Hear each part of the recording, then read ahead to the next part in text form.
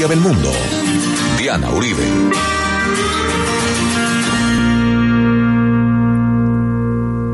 Buenas, les invitamos a los oyentes de Caracol que quieran ponerse en contacto con los programas, llamar al 302-9559, 302-9559, o escribir a info@lacasadelahistoria.com, info@lacasadelahistoria.com, o conectarse con la página web www.lacasadelahistoria.com, www.lacasadelahistoria.com. Hoy vamos a ver el capítulo del fútbol en la historia de la Argentina. La definición cultural por excelencia, dicen ellos, es un hecho cultural que nos define como pueblo. El fútbol en Argentina. Decir que es una religión es, digamos, una tautología, una obviedad, porque es mucho más que eso. O sea, si hay algo que realmente sacude de un extremo al otro toda la Argentina, es el fútbol. También lo vimos cuando estábamos en la historia del Brasil, lo que significa el fútbol en la cultura de estos dos pueblos, en particular, teniendo en cuenta pues que es su mayor, digamos, epopeya en términos de su mirada a sí mismos como historia. Viene de Inglaterra originalmente, tiene sus raíces en tiempos bastante remotos, pero se empieza a reglamentar hacia el siglo XIX, todavía sin las reglas que tiene hoy, pero empieza, digamos, a ser considerado un deporte que se va a dar en términos de escolaridades, se va a dar en términos de concentraciones, se va convirtiendo poco a poco en un deporte social y en un deporte grande. Entonces después llegarán los ingleses para la construcción de los ferrocarriles a la Argentina, y cuando lleguen al Río de la Plata para la construcción de los ferrocarriles, ahí es donde empieza la llegada del fútbol al continente. Así lo va a describir Galeano. Fútbol, dice, del año de 1889, 70 años cumple en Londres la reina Victoria. En el Río de la Plata lo celebran a patadas. Las selecciones de Buenos Aires y Montevideo disputan la pelota. En el campo de la Blanqueada, ante la desdeñosa mirada de la reina, al centro del palco, entre las banderas se alza el retrato de la dueña de los mares y de buena parte de las tierras del mundo. Gana Buenos Aires 3-0. No hay muertos que lamentar, aunque todavía no se ha inventado el penal, y arriesga la vida quien se aproxima al arco enemigo. Para hacer el gol de cerquita, hay que embestir contra una luz de piernas que se descargan como hachas, y cada partido es una huella que exige huesos de acero. El fútbol es juego de ingleses. Lo practican los funcionarios del ferrocarril, del gas y del Banco de Londres, y los marineros de paso, pero ya unos cuantos criollos infiltrados entre los artilleros rubios y de rubios bigotazos están demostrando que la picardía puede ser un arma eficaz para fusilar arqueros. Así nos habla Eduardo Galeano de la llegada del fútbol al Río de la Plata, a la Argentina y también al Uruguay. Entonces, efectivamente, llega con los ferrocarriles. Llega cuando empiezan a crear todas las líneas férreas, que es lo que van a hacer los ingleses allá. Entonces, donde quiera que hay ingleses, se está jugando fútbol, también se está jugando cricket, también se está jugando rugby. En un momento dado, el cricket y el rugby se vuelven como los deportes que practicaban los padres, y el fútbol se vuelve el deporte que practicaban los hijos, un poco como para diferenciarse de los gustos de los padres. Pero todo esto va sucediendo alrededor de los, digamos, de los enclaves donde están los ingleses, que fueron la construcción del ferrocarril. Entonces, poco a poco van entrando en este juego las personas que están alrededor de los sitios donde se están construyendo los ferrocarriles, y empiezan a jugar con ellos, y así poco a poco, como lo va diciendo Galeano, empiezan a hacer suyo un invento de los ingleses que va a definir de una manera extraordinaria la identidad de la Argentina. Entonces, empiezan a hacer, digamos, a apropiarse de él poco a poco, y de una vez va entrando en el continente, ¿no? Porque por el sur va a llegar una de las definiciones más importantes de identidad histórica de ellos y también de nosotros, y una de las cosas más incidentes en nuestra cultura mundial, pero sobre todo también de América Latina. Entonces va entrando por la Argentina y el Uruguay, y empieza, a la medida que se va apropiando, empiezan a formar clubes. Los clubes van a ser la vida de la Argentina. Los primeros clubes en realidad datan de comienzos del siglo XX. Es muy temprano, muy temprana digamos, la manera como esto se va organizando y se va formando parte de la cultura de la Argentina. Entonces, por eso es que también muchos de los clubes tienen nombres ingleses.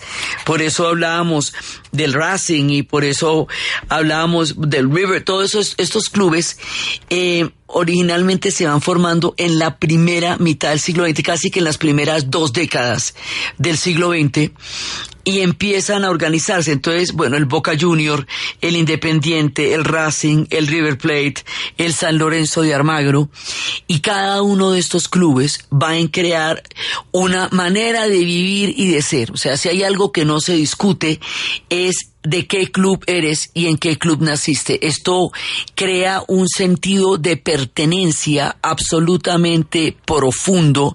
Es una manera de vivir, es algo que no, digamos, que no se transforma en la vida, sino en el que usted está más o menos desde el que nace. Entonces, después, esto se va organizando cada vez más, cada vez se va armando primero en las reglas y cada vez se va haciendo más importante.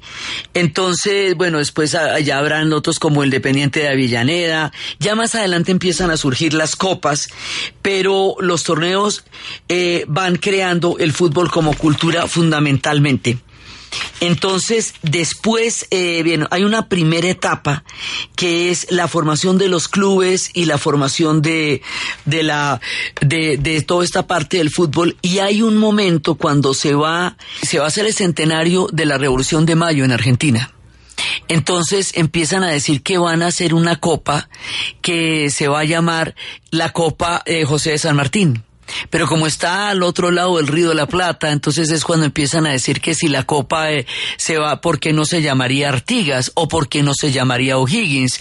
¿O por qué no se llamará, de acuerdo con cada uno de los líderes de las independencias, según el país que lo vaya a decir? Entonces, para evitar problemas, la vamos a llamar la Copa Libertadores de América. Y después también se va a hacer una que es la de clubes, que es la Copa Libertadores de América, y otra que es la de países, que es la Copa América.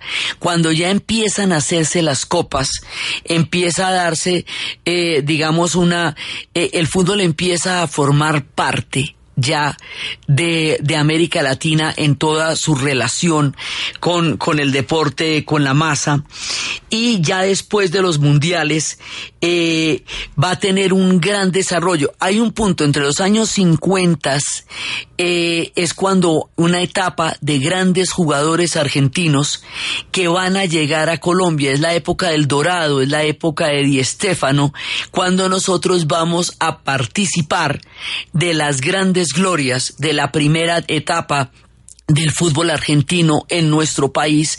Y estábamos hablando también, cuando hablamos del cine, de esta relación que hay entre el eje cafetero y la Argentina, no solamente a través del tango, sino también a través del fútbol, no solamente por el Dorado, que fue la época que más reconocemos, sino porque muchísimos de los jugadores después, cuando se retiran, van a venir al eje cafetero, se casarán con paisitas, se quedarán en Colombia y harán asaderos alrededor de Pereira y Manizales, donde habrá grandes bracerías de carnes, que son las historias de estos jugadores que van a terminar muchos acá. O sea, nuestra relación con el fútbol argentino es una relación primordial y esencial. También vamos a ver que como nosotros nunca hemos sido mundialistas, entonces hasta ahora, hasta donde va la historia, nos hemos dividido entre gozar los mundiales del Brasil o gozar los mundiales de Argentina, porque es lo más lejos que hemos llegado como latinoamericanos a ser mundialistas. Entonces, nuestra relación con el fútbol argentino es una relación profunda y esencial. Por lo tanto, parte de todo su entusiasmo y su identidad nacional nos toca de otra manera aquí, que también la selección es un símbolo fundamental de identidad de nosotros como Estado Nacional. Pero en la Argentina es una cosa a otro nivel. O sea, esto se vive y se muere y se siente de una manera que es casi indescriptible. Tratamos de hacer una pequeña historia de lo que significa, pero nos hemos de quedar cortos en palabras para poder describir lo que significa para un argentino ser del Boca o ser del River, y vienen las historias de que no se sabía cuáles eran a ser los colores del Boca y cómo la discusión era de nunca acabar. Entonces dijeron que el próximo barco que atracara la Boca es un puerto, el próximo barco que atracara en ese instante esa iba a ser la bandera, y llegó un barco de Suecia y esa fue. Entonces los colores del Boca son los colores de la bandera de Suecia, porque sí, porque mira tú, y así quedó. Entonces cada uno de ellos va a tener su estadio y cada uno de ellos va a tener su cultura, y alrededor de la Bombonera, en el barrio de La Boca, o alrededor del gran estadio en River, que ya después se considera que como que se pasan de barrio y se vuelven un poco más elegantes, entonces van a tener un estadio enorme, pero la Bombonera sigue siendo el más mágico, y un clásico entre River y Boca es un asunto histórico cada vez que se dé en la Argentina, porque empieza a darse ese fervor, esa pasión, esa entrega absoluta que ellos tienen con el fútbol. Vamos a escuchar ahoritica, porque en el segundo bloque lo vamos a desarrollar debidamente, un tango cantado por el mismísimo Diego Armando Maradona, antes de proceder en el segundo bloque a contar lo que significa este hombre en la historia de la Argentina. Esto lo canta Maradona, contando de lo que va a ser y de lo que significa, y ahí nos metemos con una cosa que se llama el fútbol de potrero.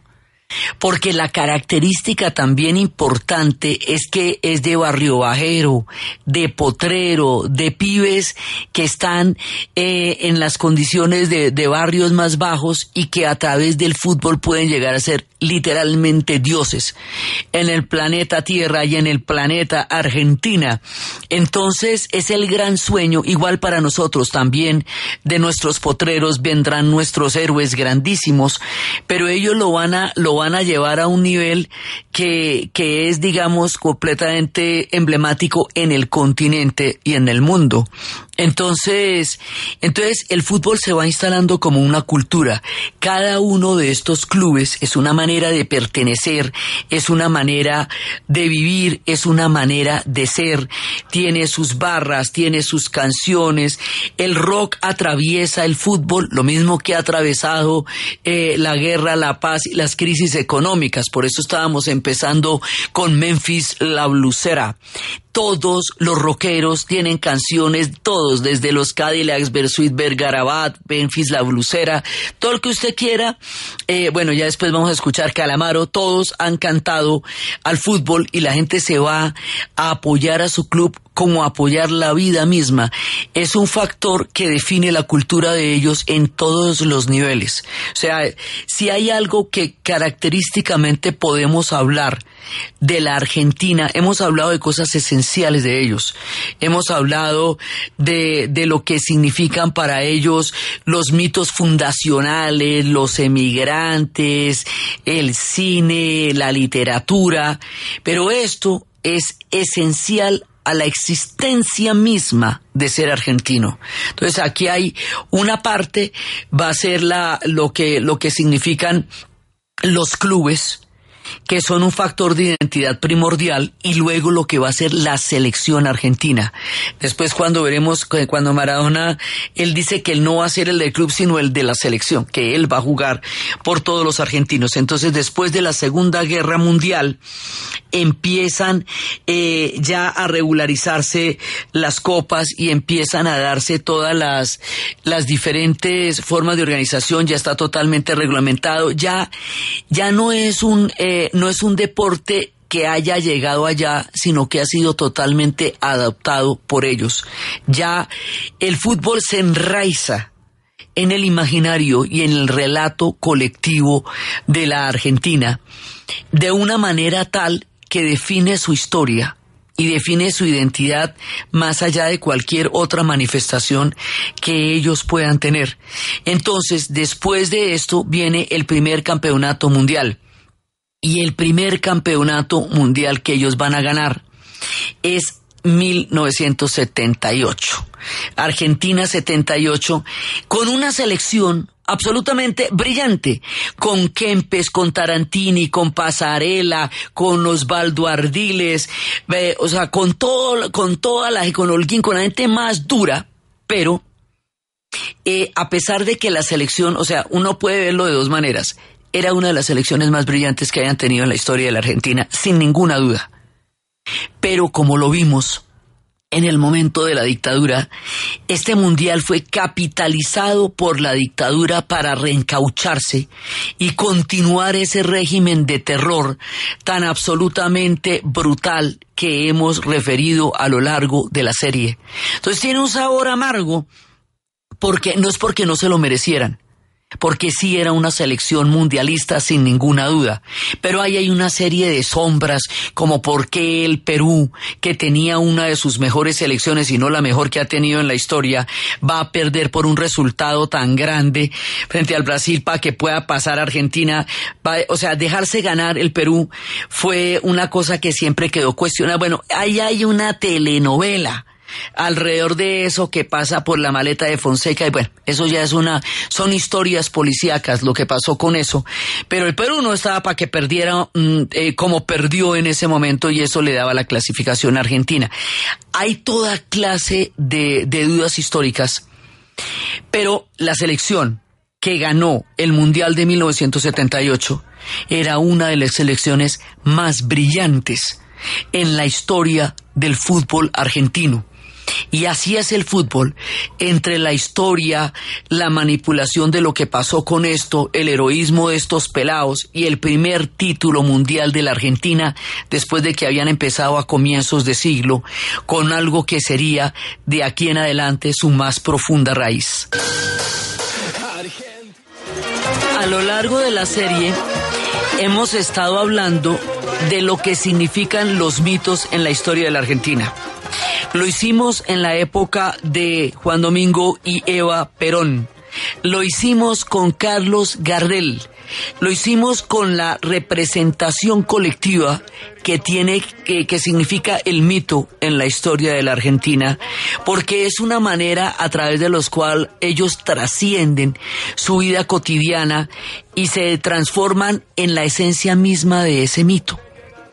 Entonces, lo mismo que lo hicimos en el caso del peronismo, que también afectaba el fútbol y todo, o sea, todo esto afecta a cada una de las etapas históricas de lo que quiera que pase, pero probablemente uno de los mitos más perdurables en la actualidad es el mito de Diego Armando Maradona, porque cumple con todas las características del sueño de ser un barrio bajero, un chico del fútbol de potrero, de entrar por los clubes, de formar parte del Boca, pero con una característica de juego completamente nueva, invencible, maravillosa, guardada de las proporciones de tiempo y de distancia, lo que Mohamed Ali hacía en el boxeo. O sea, una cosa que no se le había visto a nadie nunca.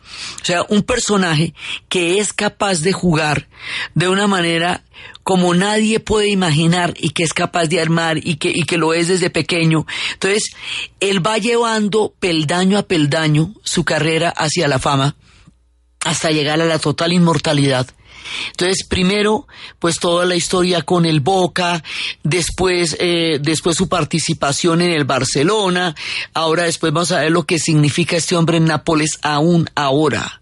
Este hombre en Nápoles es, digamos, tan impresionante como lo va a ser en la Argentina misma. O sea, es una inmortalidad que se comparte en una gran cantidad de lugares. Entonces resulta que en el Mundial del 82 ya está, pero todavía está biche, todavía es muy pequeño, todavía le faltan unos 2 hervores. En el Mundial de 1986 ya pasó la dictadura. Es un mundial limpio, históricamente. Están en el tiempo de la democracia, en el tiempo de Alfonsín, en esa catarsis y en ese exorcismo de la pesadilla horrible de la dictadura. Y es un momento maravilloso en la historia de la Argentina, porque es un momento en que están recuperando el tiempo perdido durante la era del terror y los desaparecidos, y están abriéndose a la historia y están entrando en la democracia. Entonces, el Mundial de 1986 no tiene mancha, no tiene duda, como sí lo tuvo el Mundial de Argentina 78 por la coyuntura histórica en la que eso se vivió. Pero ahora ya no la tiene. Y Maradona en ese Mundial va a demostrar toda su talla, toda su grandeza, y ahí es cuando están las historias más míticas, incluida la famosa historia en el partido contra Inglaterra, que además era después de la guerra de las Malvinas, que había generado entre ellos semejante lío como lo habíamos visto, cuando dicen en replay que había una mano y él contesta que es la mano de Dios. Por eso estábamos empezando con la canción de la mano de Dios, porque en el fútbol, a diferencia de muchísimos de los deportes modernos, no se puede tomar una decisión a posteriori sobre la base de un video. Lo que se vio, lo que el árbitro vio, eso fue lo que vio. Se está discutiendo si eso se incorporará en el futuro, pero hasta ahora no se ha incorporado. Eso no es como en otros lugares donde a partir de los videos se puedan rectificar decisiones. En el fútbol no. Entonces, legendariamente quedó como la mano de Dios. Él condujo al equipo, era un equipo muy bueno, indudablemente, pero él condujo al equipo casi mesiánicamente a la Copa Mundo de 1986, y eso en la historia de la Argentina es, digamos, una cosa absolutamente impresionante, porque les da todo lo que necesitan. El momento en que los pueblos ganan los mundiales define muchísimo de cómo ellos interpreten históricamente lo que está pasando, así como cuando la Alemania destruida ganó el Mundial en Berna, o la reunificada ganó la Copa Mundo en los 90. Argentina en la democracia, Argentina en la transición más importante, con el personaje más grande, con un gran equipo, va a ganar el Mundial de 1986. Y ese Mundial de 1986 los tiene en la gloria, entre otras cosas, porque después no han vuelto a ganar todavía ninguno. Nos falta el Mundial de Messi, si es que le va a llegar a Messi la historia de ganar un mundial, pues no le ha llegado todavía. Hasta ahora le llegó a Maradona. Por eso, en ese momento y en esa cumbre de la historia de ellos, vamos a escuchar cómo Andrés Calamaro interpreta la figura de Diego Armando Maradona. Maradona llevará a la Argentina a su máxima gloria. Segundo campeonato del mundo y, como les digo, sin ninguna sombra de duda, y llevado al extremo del virtuosismo que puede tener un jugador en la cancha. Y ahí se mete en la categoría de Pelé, en la categoría de los grandes jugadores de la historia del fútbol como deporte. Trasciende la gloria argentina para convertirse en una gloria mundial. Entonces, viene una etapa muy importante, que es después de que él está en el Barcelona, después va a ir al Nápoles. Y en Nápoles pasan cosas maravillosas. Nápoles en los años 80 es una sociedad muy golpeada. Los años 80 son muy duros para Italia. Son años de una profunda crisis política, de una entrada frontal de la droga que va a generar unos niveles de descomposición en antiguos núcleos políticos que en otra época habían formado proyectos, digamos, alternativos o propositivos de una Italia posible en otra dirección. Es un tiempo de descomposición, es un tiempo de mafias, es un tiempo de la camorra, es un tiempo de una gran cantidad de conflictos sociales, además del hecho de que Italia tiene una profunda división casi desde la formación entre el norte y el sur. Entonces el norte, que es toda la zona de Turín y de Milán, se considera culturalmente superior, más ligado a Austria, más ligado, digamos, como a una talla histórica mayor. Todos los pueblos se inventan alguna fritura por la cual discriminan a los de al lado, y eso es tan imaginario y tan absurdo como todas las formas de discriminación y xenofobia. Pero pasa.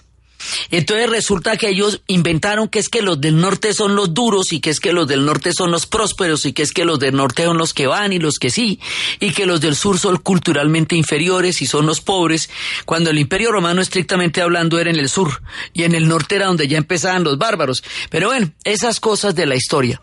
Entonces resulta que Nápoles, empobrecida, atravesada por la delincuencia, antigua como ella es una ciudad que también necesita un héroe, como lo estaba necesitando Argentina. Y llega Diego Armando Maradona y transforma Nápoles. Y la transforma. Nápoles resignifica sus debilidades en fortalezas, sus fracasos en glorias.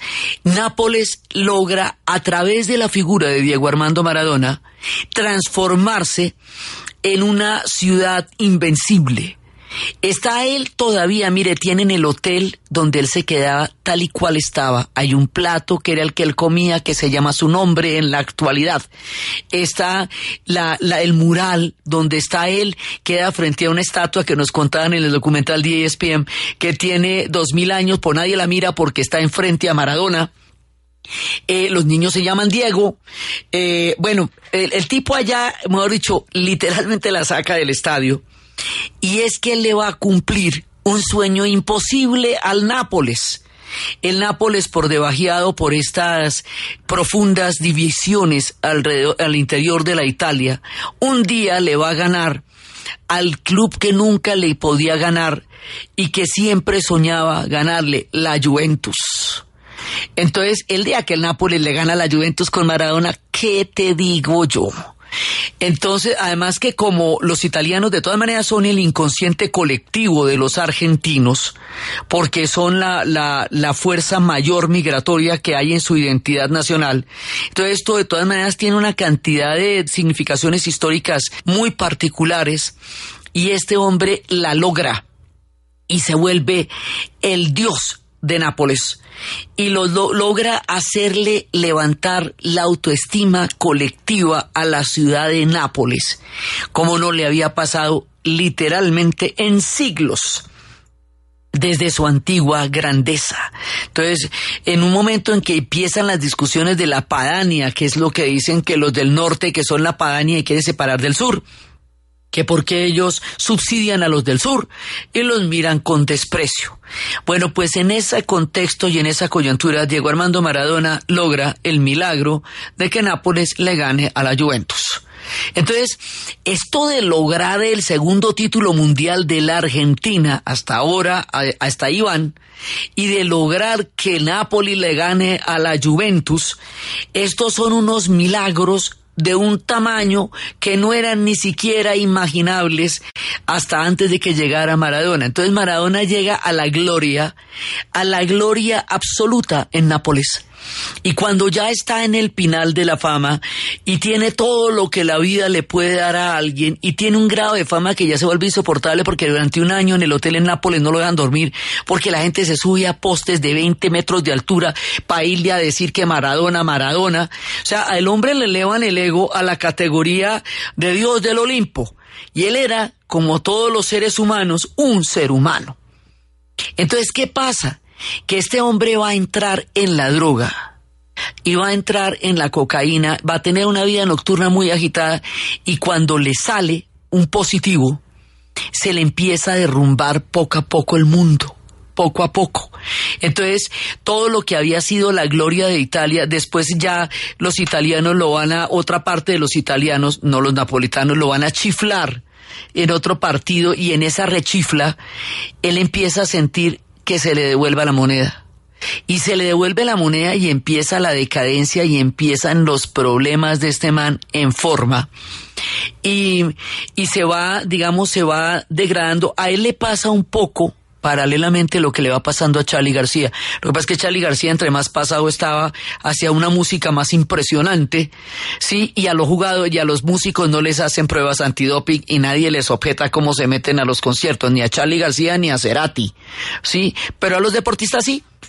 Entonces a Maradona le cogen la prueba y Maradona entra en una situación insostenible para un jugador, cosa que un músico sí puede, hasta las últimas consecuencias, como Gustavo Cerati, o hasta la decisión de vivir, como eventualmente termina tomando Charly García, después de haber visto todas las que vio.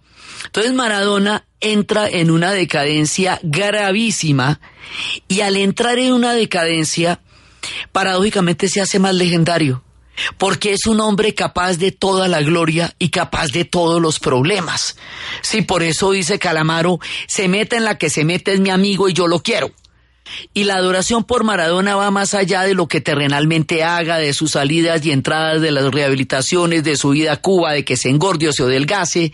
Después dirigió la selección, no le fue bien dirigiendo la selección, pero el hombre está más allá de todo, porque incluso su decadencia lo hace más humano con respecto a la gloria misma.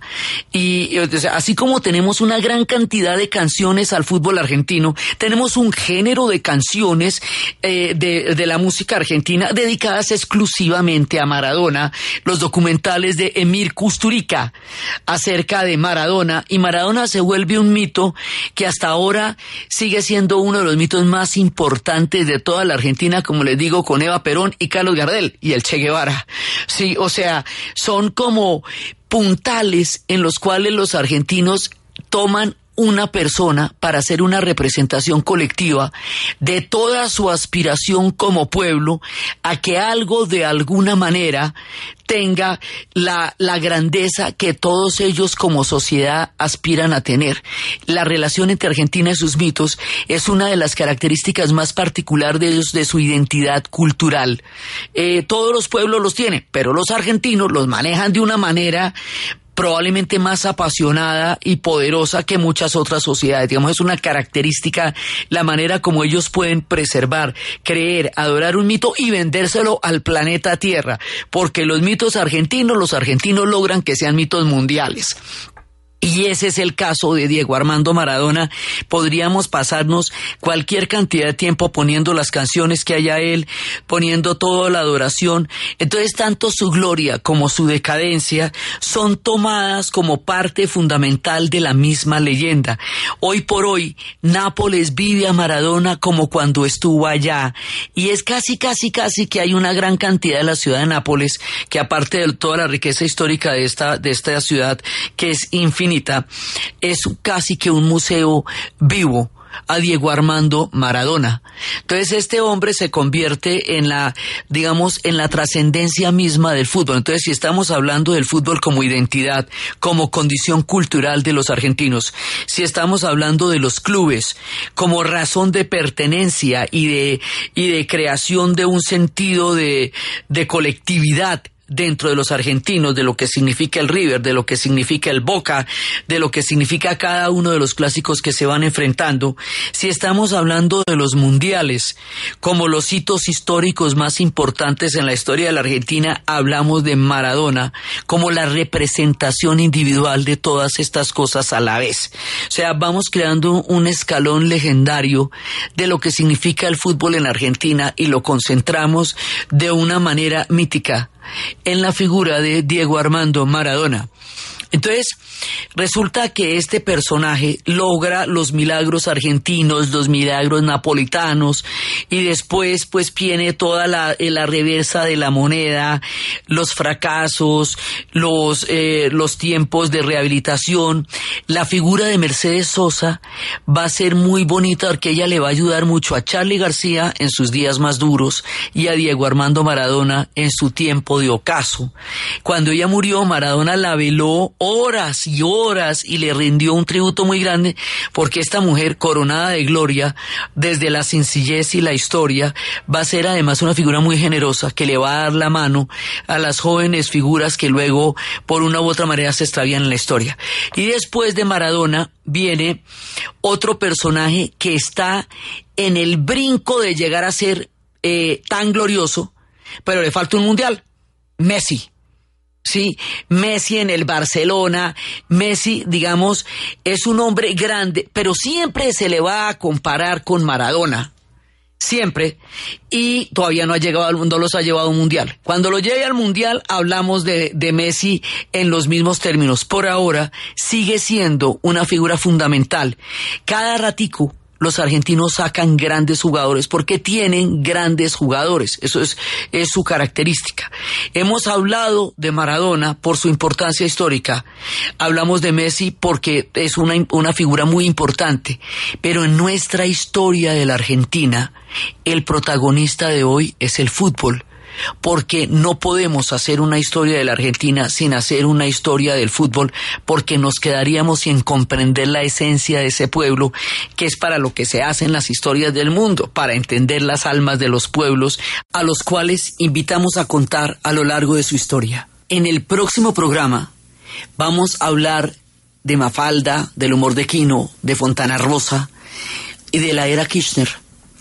Último programa de la serie de la Argentina, antes de que empecemos un recorrido por la profunda Irlanda, la Isla Esmeralda. Entonces, desde los espacios del barrio del Balón, de la llegada de los ingleses, de los ferrocarriles, de la entrada del fútbol, de los clubes, del Boca, del River, de los campeonatos mundiales, de la esperanza colectiva de un pueblo y de la grandeza y de la gloria de Diego Armando Maradona, en la narración Diana Uribe, en la producción François Castro, y para ustedes, feliz fin de semana.